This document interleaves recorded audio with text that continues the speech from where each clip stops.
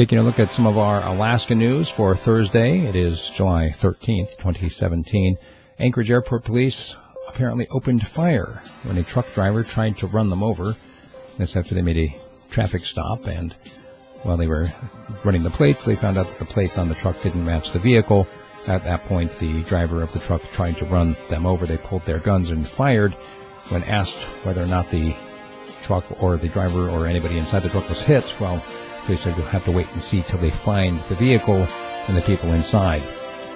Smoke has drifted into Fairbanks from some fires in northeast Alaska. And the Gustavus City Council has reinstated the librarian. This after the mayor who fired the librarian has resigned. Now, this comes at the same time that they have dealt with the departure of the entire city staff. So right now, the other city council members are actually being forced to work. They're looking for other people to fill those positions. There's a new planning effort on the horizon for downtown Fairbanks. The borough getting ready to redo its planning documents.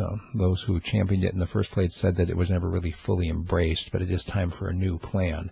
They haven't said what it is they are planning yet or what it's going to look like or anything, really, just that a new planning process has begun and that the rest of us will have a chance to weigh in on it.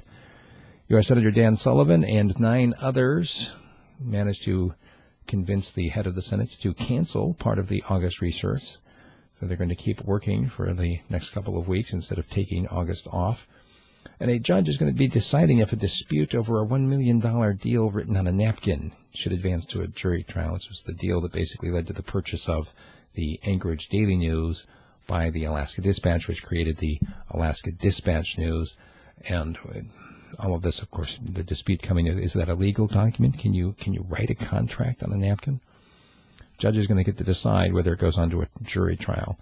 That missing kayaker that we've mentioned a couple of times, a 36-year-old man that took off last Thursday, I believe, was reported missing on Sunday. Well, now he's actually, they said he was seen on Sunday in Nenana, which is quite a ways from Fairbanks, 55 miles by road, so it means he did quite a boating thing to get to there. Now they say he appeared fine, wasn't in distress or anything, so he may have just gotten back on the river and might be headed further out.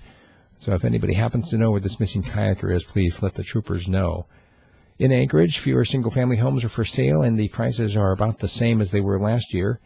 And in Fairbanks, the city council member Jerry Norum has resigned. At least 6 people have expressed interest in filling that open seat. A boy who went on a hike with his mom and some other kids and a dog got separated from the group on Sunday down in the Kodiak area. And by 9 o'clock, after some 30 people were searching for him, he called his mom. He actually found his way to a fish camp. 12-year-old boy hiked out himself. And there are many more stories than we have time for. As always, I'd like to encourage you to become a paid subscriber at radiofreespeech.com because the subscribers get 30 to 40 minutes of news, audio form, delivered directly to their inbox every morning at 5 a.m.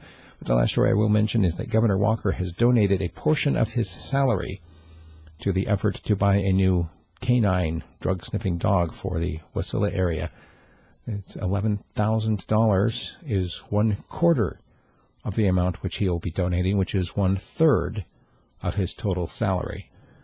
I know a number of people would be very happy to have even just the $11,000 right now, but hey, buy a dog. Good idea.